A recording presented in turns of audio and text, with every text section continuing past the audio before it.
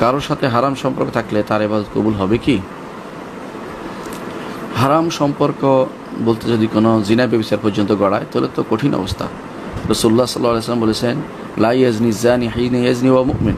জিনা করা অবস্থায় ঈমানদার থাকে না সে।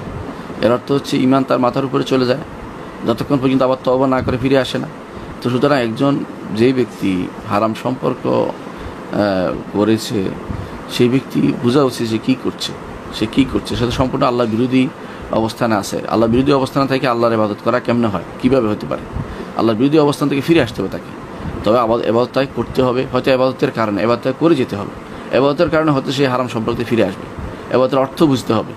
একজন মানুষ যখন সলাতে দাঁড়ায় যখন সে বলে যে ইন্না সলাতি ও নুসুকি ও মাহিয়া ও মাতি লিল্লাহি রাব্বিল আলামিন, আমার জীবন মরণ, আমার সলাত, আমার কোরবানি সবে আল্লাহর জন্য, লা শারীকা লাহু, তার কোনো শরীক নাই, বিযালিকা উমিরতু ওয়া আনা আউয়ালুল মুসলিমিন, এই নির্দেশ আমাকে দেওয়া হয়েছে এবং আমি প্রথম মুসলিম। তখন কিন্তু তার বোঝা উচিত যে সে আল্লাহ তাআলার কাছে আত্মসমর্পণ করেছে। তখন সে নিজের স্বকীয়তা বলতে আলাদা কোনো কিছু স্বকীয়তা থাকে না।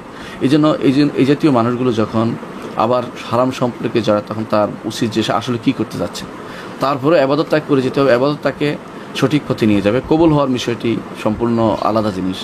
আল্লাহ তাআলা জানেন তার কার আমল কবুল করবেন। যদি সে তওবা করে তার আমল কবুল হবে, কিন্তু হারাম সম্পর্ক থেকে এরপর আবার তওবা করতে যাবে, এর অর্থ হচ্ছে সে আসলে তওবা করেনি, মুখের তওবা হয়েছে, অন্তরে তওবা হয়নি। অন্তরে তওবার জন্য শর্তই হচ্ছে হারাম কাজগুলি যেটার জন্য তওবা করছে এটা পরিত্যাগ করতে হবে, নাহলে এটা তওবা হয় না। অন্যায় করছে আর মুখে তওবা কথা বললে তো হবে না।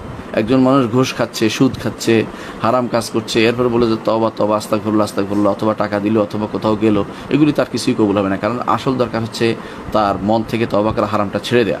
সুতরাং হারাম সম্পর্ক রেখে তার ইবাদত কবুল হচ্ছে কিনা আল্লাহ তাআলা ছাড়া কেউ জানে না। আমরা মনে করি যে এইভাবে তার ইবাদত কবুল হবে না যতক্ষণ পর্যন্ত না সে মন থেকে তওবা করে আবার ফিরে আসছে আল্লাহর দ্বীনের দিকে। এই জন্য হারাম সম্পর্ক সম্পূর্ণরূপে ত্যাগ করতে হবে। হারাম সম্পর্কে হালাল সম্পর্কে পরিণত করা দরকার যদি সম্ভব হয়, নাহলে সেখান থেকে ফিরে আসতে হবে এবং যে কোনো মূল্যে আল্লাহর কাছে ফিরে আসতে হবে এবং চিন্তা করতে হবে যে সাময়িক এই জীবনেই তার পরিপূর্ণ জীবন নয়, পরবর্তী জীবন অনেক লম্বা, সেই জীবনে তাকে এর জন্য জবাবদিহি করতে হবে।